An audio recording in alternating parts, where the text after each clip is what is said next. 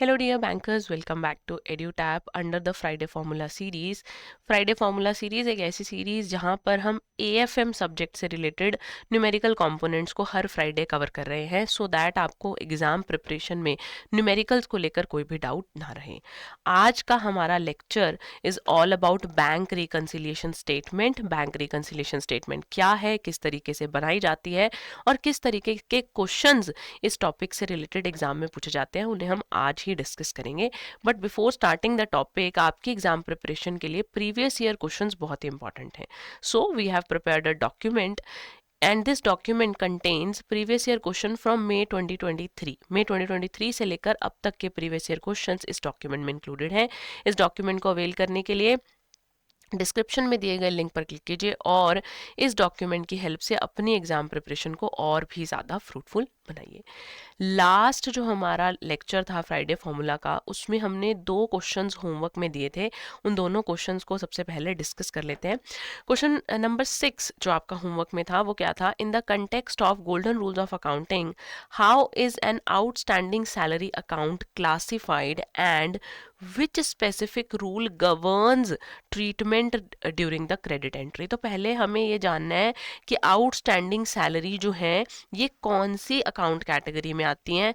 तो ये हमारी पर्सनल अकाउंट की कैटेगरी में आती हैं, और पर्सनल में अगर और डिस्कस करें तो रिप्रेजेंटेटिव पर्सनल की कैटेगरी में आती हैं, है ना। और पर्सनल अकाउंट का रूल क्या है? Debit the receiver and credit the giver. तो क्रेडिट एंट्री अगर इसकी होगी तो it would be known as credit the giver, यानी option C would be the correct answer for this particular question.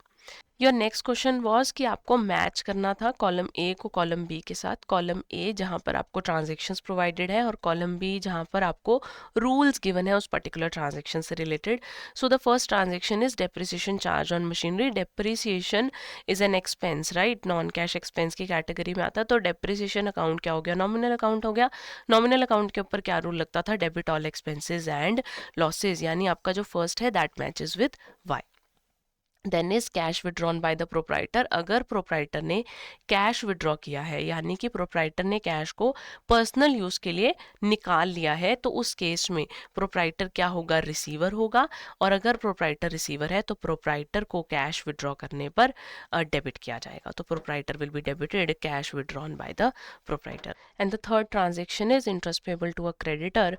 तो अगर इंटरेस्ट क्रेडिटर को दिया जाएगा तो इंटरेस्ट उस केस में डेबिट हो जाएगा और क्रेडिटर अकाउंट क्रेडिट हो जाएगा। तो यहाँ पर आ जाएगा क्रेडिट, और आपके पास जो करेक्ट ऑप्शन है वो क्या हो जाएगा? Option A would be the right answer. Clear? अब स्टार्ट करते हैं आज के टॉपिक को, जहां पर हम डिस्कस करने वाले हैं कैश बुक के बारे में और पासबुक के बारे में before starting the reconciliation statement. तो देखिए कैश बुक क्या है? कैश बुक एक ऐसी स्टेटमेंट है, एक ऐसी बुक ऑफ ओरिजिनल एंट्री है, एक ऐसा लेजर अकाउंट है, mark my words, it is a book of original entry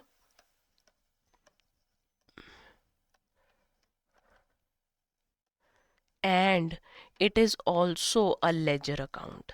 ठीक है, कैश बुक की बात कर रहे हैं। तो जो कैश बुक है it is a book of original entry and a ledger account, जहां पर कैश से रिलेटेड सारे ट्रांजेक्शन्स को रिकॉर्ड किया जाएगा, whether it is receipts of cash और whether it is payments related to cash.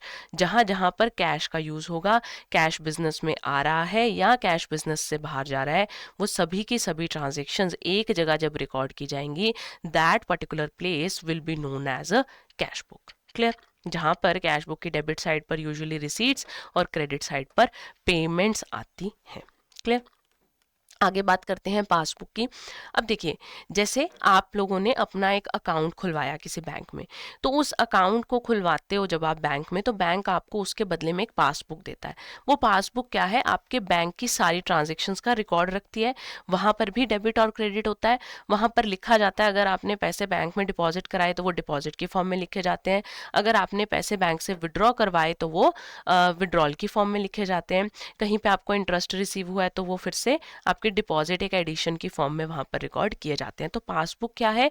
Passbook एक ऐसी स्टेटमेंट है दैट शोज कि आपकी बैंक की जो भी ट्रांजेक्शन्स हुई हैं उनको एक जगह पर जब लिखा जाता है, वो जगह जो है that particular place as maintained by a bank is known as a passbook. तो बैंक जो है एक लेजर अकाउंट ओपन करता है अपने डिपॉजिटर्स का, जिसको वो पासबुक बोलता है। वहां पर डिपॉजिट क्या हो जाएंगे, डेबिट, और विड्रॉल्स क्या हो जाएंगे, क्रेडिट। अब ध्यान से सुनिए, देखिए अभी हमने बात की कि कैश बुक के केस में जो रिसीट्स हैं, कैश बुक के केस में जो रिसीट्स हैं उन्हें क्या किया जाता है, डेबिट, और जो पेमेंट्स हैं उन्हें क्या कर दिया जाता है, क्रेडिट, है ना। और यहीं पर पासबुक में क्या होता है, पासबुक में जो डिपॉजिट्स हैं उनको क्रेडिट किया जाता है, और जो आपके विदड्रॉल्स हैं उन्हें क्या किया जाता है, डेबिट।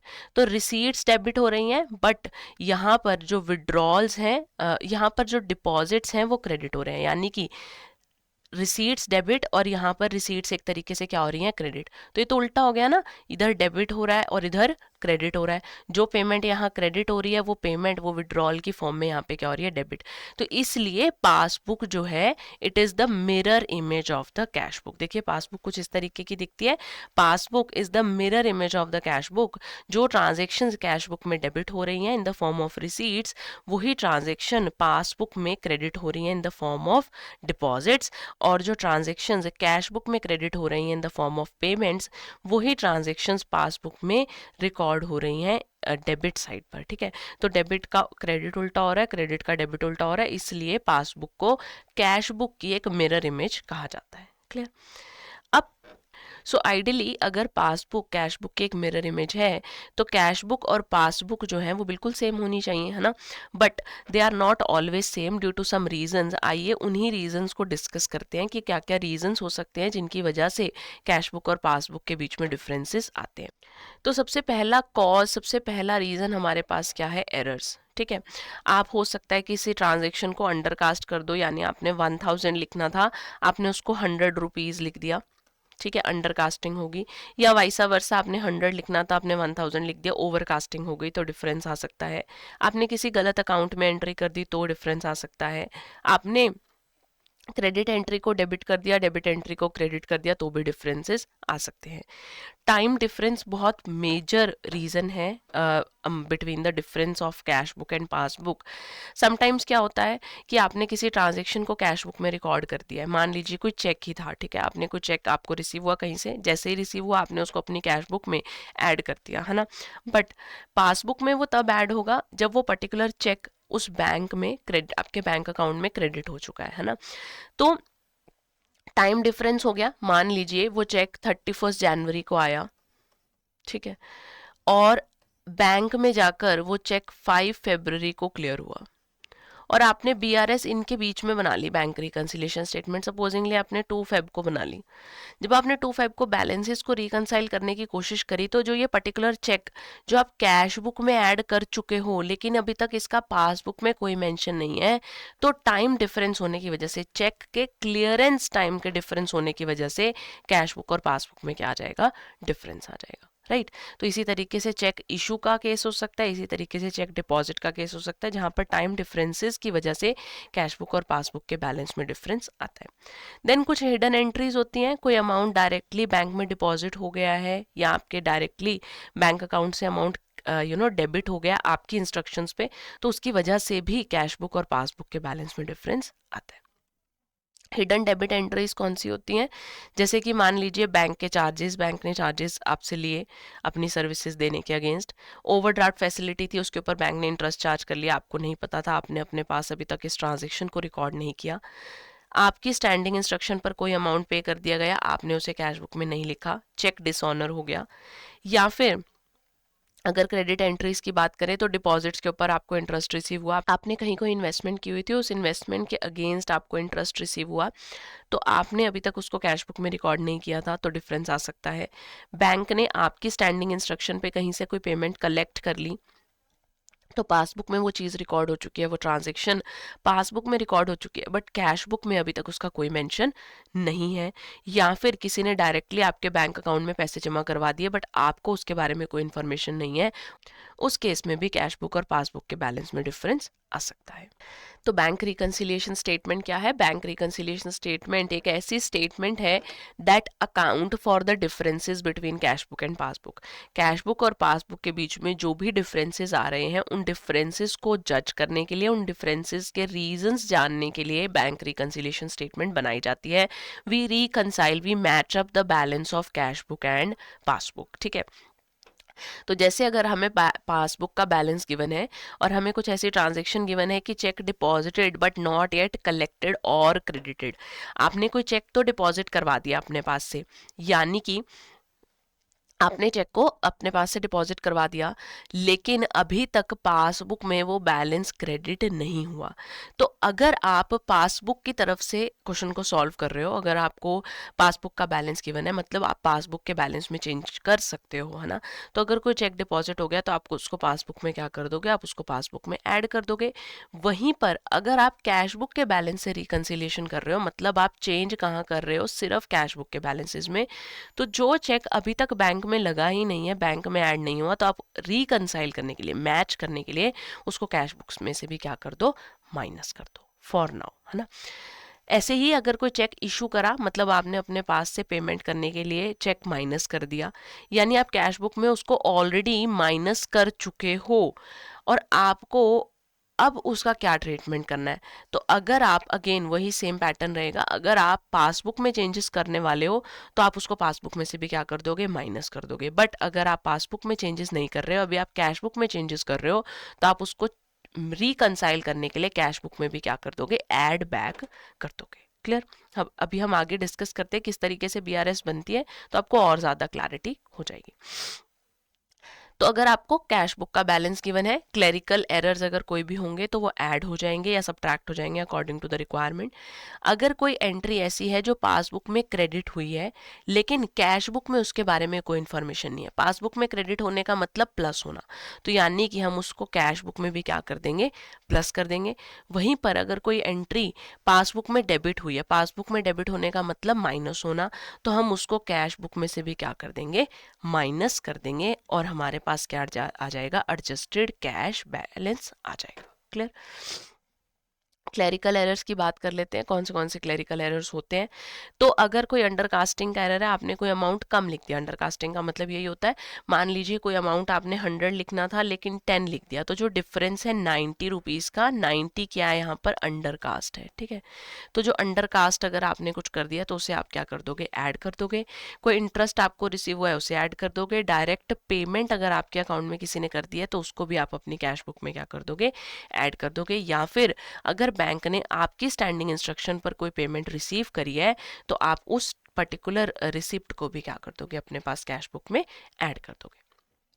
वहीं पर सब्ट्रैक्ट वाली आइटम्स, अगेन इसका अंडरकास्टिंग का जो रिवर्स है ओवरकास्टिंग, अगर आपने कोई गलती से ओवरकास्टिंग कर दिया तो उसे माइनस कर देंगे।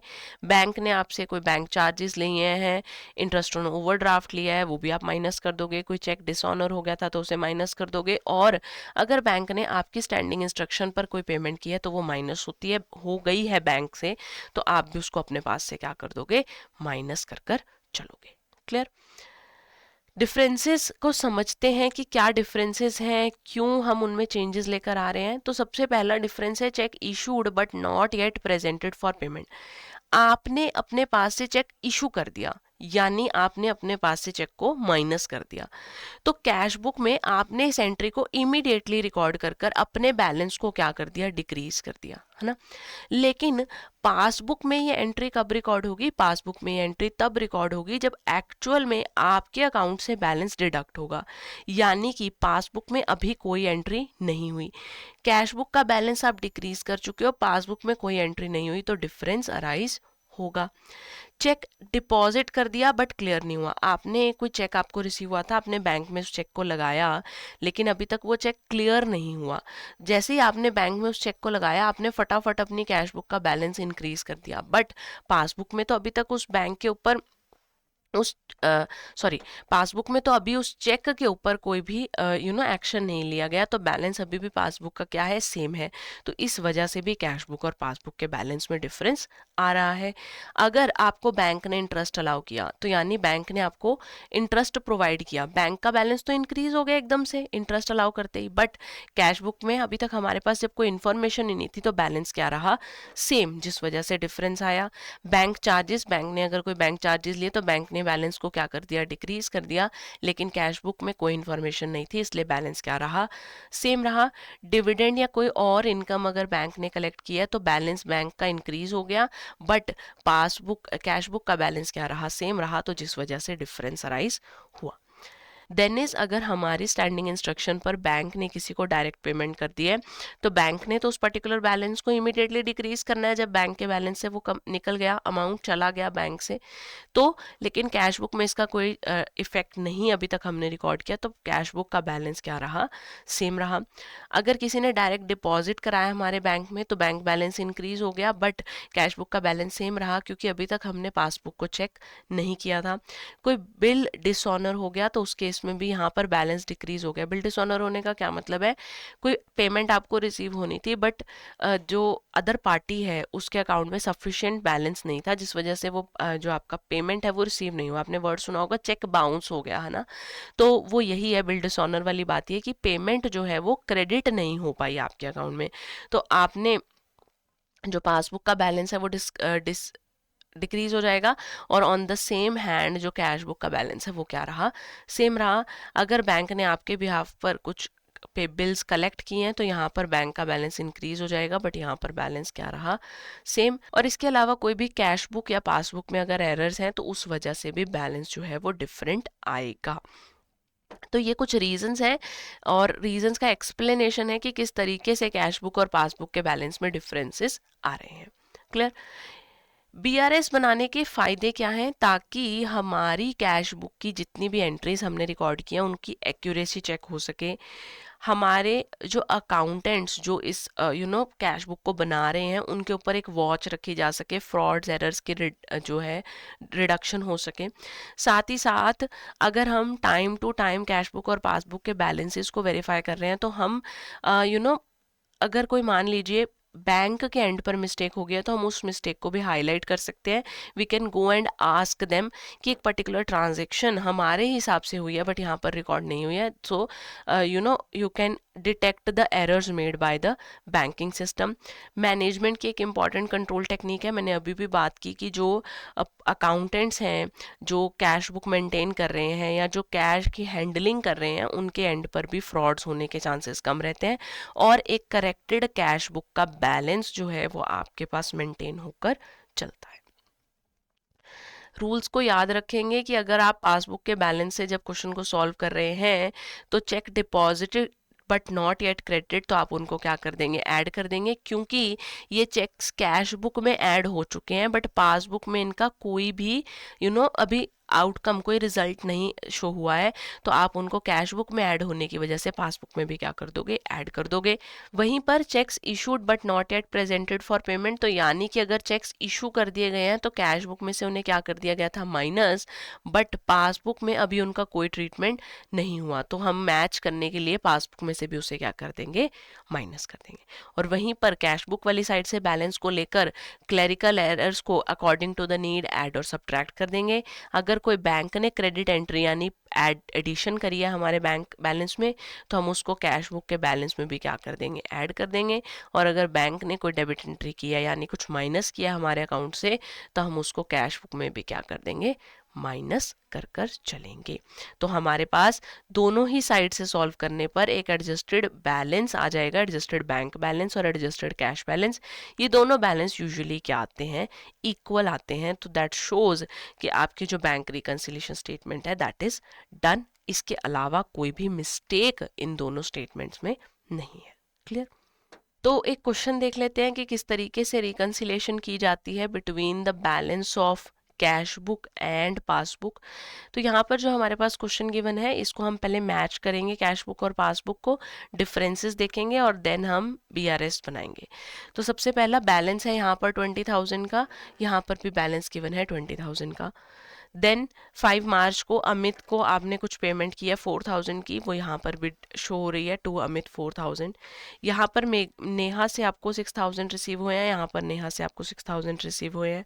रोहित से 3500 की पेमेंट हुई है, रोहित को 3500 की पेमेंट हुई है। अर्जुन से 9000, अर्जुन को 9000 डिपॉजिट हो चुके हैं। देन इंश्योरेंस प्रीमियम का यहाँ पर कोई भी मेंशन नहीं है, तो एक इस एंट्री में आपका डिफरेंस आ रहा है।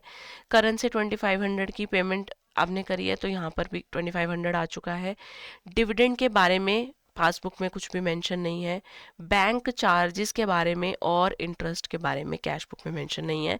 तो 4 एंट्रीज ऐसी हैं जो आपकी डिफरेंट है, तभी आपका कैश बुक का बैलेंस 24,600 और पासबुक का बैलेंस 25,200 आ रहा है। So let's reconcile this balances.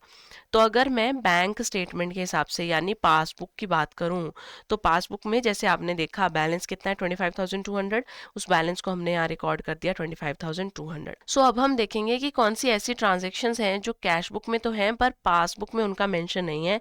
तो सबसे पहला इंश्योरेंस प्रीमियम है 1200 का, यानी कि कुछ ऐसे चेक है जो आप डिपॉजिट कर जो चेक आप इशू कर चुके हो लेकिन अभी पेमेंट के लिए प्रेजेंट नहीं हुआ है, जो इंश्योरेंस प्रीमियम था। तो अब हम उसको क्या कर देंगे, सब्ट्रैक्ट यानी माइनस कर देंगे। वहीं पर जो डिविडेंड हमें 800 का रिसीव हुआ, that is a cash cheque received है ना, लेकिन अभी आपने उसको ऐड नहीं किया है पासबुक में, तो उसे भी क्या कर देंगे, ऐड कर देंगे। तो 25,200 में 800 को ऐड और 1200 को माइनस करने के बाद मेरे पास एडजस्टेड बैंक बैलेंस आ गया 24,800। अब बात करते हैं कैश बुक वाली साइड से। तो कैश बुक का बैलेंस कितना गिवन है 24,600, हमने यहाँ पर रिकॉर्ड कर दिया 24,600। अब ट्रांजेक्शन्स देखेंगे पासबुक में से कि कौन सी ट्रांजेक्शन ऐसी हैं जो पासबुक में हुई हैं लेकिन कैश बुक में उनका मेंशन नहीं है। तो बैंक ने बैंक चार्जेस लिए हैं 400 के और इंटरेस्ट दिया है 600 का, दो ही ट्रांजेक्शन्स है। तो यहाँ पर आ जाएगा इंटरेस्ट जो बैंक ने क्रेडिट किया उसे क्या कर देंगे, ऐड कर देंगे, और जो बैंक ने बैंक चार्जेस लिए उसे क्या कर देंगे, सब्ट्रैक्ट कर देंगे। तो 24,600 में 600 ऐड और 400 माइनस करने के बाद मेरे पास जो अमाउंट आया दैट इज 24,800। यहाँ से भी 24,800 आए, यहाँ से भी 24,800 आए, यानी दोनों बैलेंसेस क्या आ गए, इक्वल आ गए। अब मेरी जो कैश बुक और पासबुक है वो क्या हो चुकी है, वो रिकंसाइल हो चुकी है। क्लियर, आपको समझ में आया कि किस तरीके से रिकंसिलिएशन की जा रही है। Now will practise a few questions related to bank reconciliation statement. Almost जिस तरीके के क्वेश्चंस अब आपके एग्जाम में पूछे जा रहे हैं उसी तरीके के questions we have included in this session. Which of the following best describes the primary objective of preparing a BRS. BRS बनाने का सबसे पहला प्राइमरी ऑब्जेक्टिव क्या है, ताकि हमें ये पता चल सके कि कैश बुक और पासबुक के बैलेंस में डिफरेंस क्या है और उस डिफरेंस का रीजन क्या है ना। तो to calculate total credit sales of the business, no. To identify and explain the cause of difference between the balance as per bank column of the cash book and the balance as per bank passbook. तो बिल्कुल correct option B would be the right answer. Physical cash balance available in the office, no, this is also not correct. And summary of personal account of debtors, this is also not correct. तो बिल्कुल correct explanation है कि BRS बनाने का क्या reason है, ताकि हमें पासबुक और कैश बुक के बैलेंस के डिफरेंसेस का पता चल सके और उन डिफरेंसेस का रीजन भी हमें समझ में आए कि क्यों डिफरेंसेस अराइज हो रहे हैं। क्वेश्चन नंबर 2, ये आपके पास एक केस बेस्ड क्वेश्चन की फॉर्म में गिवन है। Mister Rajesh, a current account holder at the state bank of India, notices that his cash book shows a balance of 50,000 but his passbook shows a higher balance. Upon investigation, he finds that he had issued a check to a vendor, Suresh, for 10,000 for which has not been presented for payment. ये जो 10,000 का cheque है, this is not been presented for payment, अभी तक payment के लिए present नहीं हुआ, अपने पास से इसने चेक को इशू कर दिया, यानी अपने पास से चेक को माइनस कर दिया। तो अगर हम कैश बुक के बैलेंस से स्टार्ट होंगे और पासबुक के बैलेंस तक जाना है, तो किस तरीके से हम इस चेक को डील करेंगे। देखिए, अगर ये चेक हमने इशू कर दिया अपने पास से, यानी हम इसको ऑलरेडी कैश बुक में क्या कर चुके हैं, माइनस। और अब हम क्वेश्चन को भी किस एंड से सॉल्व कर रहे हैं, कैश बुक के एंड से, यानी करेक्शन कहाँ कर सकते हैं, सिर्फ कैश बुक में हम करेक्शन कर सकते हैं। तो अगर हम कैश बुक में करेक्शन कर सकते हैं तो हम क्या करेंगे, इसको कैश बुक में ऐड कर देंगे ताकि कैश बुक और पासबुक का बैलेंस मैच हो सके। ठीक है, सिर्फ मैच करने के लिए यहाँ पर हम इसको ऐड बैक कर देंगे, तो हमारा ऑप्शन सी जो है वो करेक्ट होगा। It should be added to the cash book balance. Clear? आगे चलते हैं। क्वेश्चन नंबर 3 एक मल्टी स्टेटमेंट बेस्ड क्वेश्चन है, जहां पर आपको स्टेटमेंट्स को रीड कर कर ये बताना है कि इनमें से कौन सी स्टेटमेंट करेक्ट है। तो क्वेश्चन पढ़ते हैं। Consider the following statements regarding the treatment of items in a bank reconciliation statement when starting with a favourable balance as per cash book. तो कौन से आइटम्स का ट्रीटमेंट किया जाएगा अगर हम कैश बुक के बैलेंस से क्वेश्चन को स्टार्ट कर रहे हैं। Interest credited by the bank but not recorded in the cash book should be added. अगर आपने कोई इंटरेस्ट, बैंक ने आपका इंटरेस्ट क्रेडिट किया था बट आपने उसको कैश बुक में रिकॉर्ड नहीं किया, तो उसको ऐड कर देंगे। बिल्कुल ठीक बात है, क्योंकि बैंक ने अगर इंटरेस्ट को क्रेडिट किया तो बैंक ने भी क्या किया था, प्लस, और अब आप भी उसको क्या कर दोगे, ऐड कर दोगे। तो this is correct. Then bank charges debited by the bank only should be added. Bank charges हैं, अगर चार्जेस हैं तो चार्जेस तो माइनस हुए होंगे, तो ये ऐड नहीं होने चाहिए, तो ये स्टेटमेंट गलत हो जाएगी। यहाँ पर सब्ट्रैक्टेड होता तो ये स्टेटमेंट करेक्ट होता। Then is direct collection by the bank from the customer should be added. अगर बैंक में कस्टमर्स ने डायरेक्ट पेमेंट करी है, कोई भी डायरेक्ट डिपॉजिट किया है, तो वो आप उसको ऐड कर दोगे, तो दिस इज ऑल्सो करेक्ट। तो आपका ऑप्शन सी करेक्ट होगा। जो आपकी स्टेटमेंट 1 और 3 है वो करेक्ट है, सेकेंड स्टेटमेंट जो है that is incorrect. Question number 4 match the following है, जहां पर आपको ट्रांजेक्शन्स को उसके ट्रीटमेंट के साथ मैच करना है। Cheques issued but not yet presented for payment. अगर कोई चेक इशू कर दिए गए हैं लेकिन अभी पेमेंट के लिए प्रेजेंट नहीं हुए हैं, तो इन ऑर्डर टू मैच आप उसको क्या करोगे, कैश बुक बैलेंस में ऐड कर दोगे। यानी यहाँ पर जो है, यहाँ पर फर्स्ट ऑप्शन आ जाएगा। देन इंटरेस्ट अगर बैंक ने चार्ज किया तो आप उसको अपने पास से भी माइनस कर दोगे, तो यहाँ सेकंड आ जाएगा। अगर किसी कस्टमर ने डायरेक्ट डिपॉजिट करवाया आपके बैंक में, तो आप उसको अपने पास भी ऐड कर दोगे, फर्स्ट ऑप्शन आ जाएगा। और चेक अगर किसी डिपॉजिट हुआ है आपके बैंक में लेकिन क्लियर नहीं हुआ बैंक से, तो कैश बुक बैलेंसेस को क्या कर दोगे, माइनस कर दोगे। तो क्या आ जाएगा मेरे पास, 1212, यानी कि ऑप्शन ए जो है that would be the right answer. Question number 5, which of the following errors would require an adjustment in the BRS bank reconciliation statement? में इनमें से कौन से एरर्स की एडजस्टमेंट होगी? A cheque of 5000 deposited into bank but omitted to be recorded, बिल्कुल होगी। Cheque issue to a creditor entered twice in the cash book, बिल्कुल होगी। और अगर 2000 का चेक कैश बुक में ठीक से रिकॉर्डेड हुआ है लेकिन बैंक में अभी तक डिपॉजिट नहीं हुआ, तो इसकी भी बीआरएस बनाई जाएगी। तो बिल्कुल तीनों ही जो स्टेटमेंट्स हैं, इन तीनों को लेकर एडजस्टमेंट बैंक रिकंसिलिएशन स्टेटमेंट में की जाएगी। क्वेश्चन नंबर 6, क्वेश्चन नंबर 7 आपकी प्रैक्टिस के लिए। आप इन दोनों क्वेश्चन को सॉल्व कर कर आंसर कमेंट बॉक्स में ज़रूर लिखेंगे। आपकी एग्जाम प्रिपरेशन को स्ट्रीमलाइन करने के लिए एड्यूटैप ने कुछ कोर्सेज लॉन्च किए हैं। I will give you a quick walk through of those courses. For that you have to visit your browser and search for edutab.co.in। Courses section में जाएंगे, जैब कोर्सेज पर क्लिक करेंगे। स्क्रॉल डाउन करने पर आपको जैब के सारे कोर्सेज विजिबल होंगे। जैब का full complete package course, master course जिसे हम कहते हैं, you will get concept classes, live classes, previous year question, chapter wise mock test and full length mock test. आपके एग्जाम में टाइम बहुत कम बचा है, सो अगर आप अपनी एग्जाम प्रिपरेशन को फास्टन अप करना चाहते हो और 60 क्लासेस में ही अपने एंटायर सिलेबस के इंपॉर्टेंट कॉन्सेप्ट्स को कवर करना चाहते हो, then you can join the live crash course, जहां पर आपको लाइव क्लासेस मिल जाएंगी along with previous year question, full length mock test and chapter wise mock test for your practice. इसी सीरीज में आपको मेंटर टॉक का ऑप्शन भी मिलेगा, जहां पर आप अपने टीचर्स के साथ इंटरैक्ट कर कर अपने डाउट्स को सॉल्व कर सकते हैं। वहीं पर अगर आपको लगता है कि आपको एमसीक्यू प्रैक्टिस करनी है, for that you can join a test series as well. आप इंडिविजुअल सब्जेक्ट के मास्टर कोर्सेज को भी ज्वाइन कर सकते हैं। हर सब्जेक्ट के, जो हमारे जैब सिलेबस के चारों सब्जेक्ट हैं, चारों सब्जेक्ट्स के मास्टर कोर्सेज अवेलेबल है। आप इन मास्टर कोर्सेज की हेल्प से अपने एग्जाम के प्रिपरेशन को कंप्लीट कर सकते हैं। जब भी आप इन कोर्सेज के लिए अप्लाई करेंगे, बाय नाउ पर क्लिक करने के बाद उस टाइम का प्रिवेलेंट डिस्काउंट कूपन लगाना ना भूलें, सो दैट आपको मैक्सिमम डिस्काउंट मिल पाए। सो आज हमने बैंक रिकंसिलिएशन स्टेटमेंट को आप इस टॉपिक को जरूर रिवाइज कीजिएगा और इससे related numerical practice as well as theoretical questions की प्रैक्टिस जरूर कीजिएगा। अगर आपको कोई भी डाउट होगा, you can write down in the comment section below, और you can even call us और ईमेल अस एट hello@edutab.co.in। मिलते हैं अगले सेशन में। Till then take care and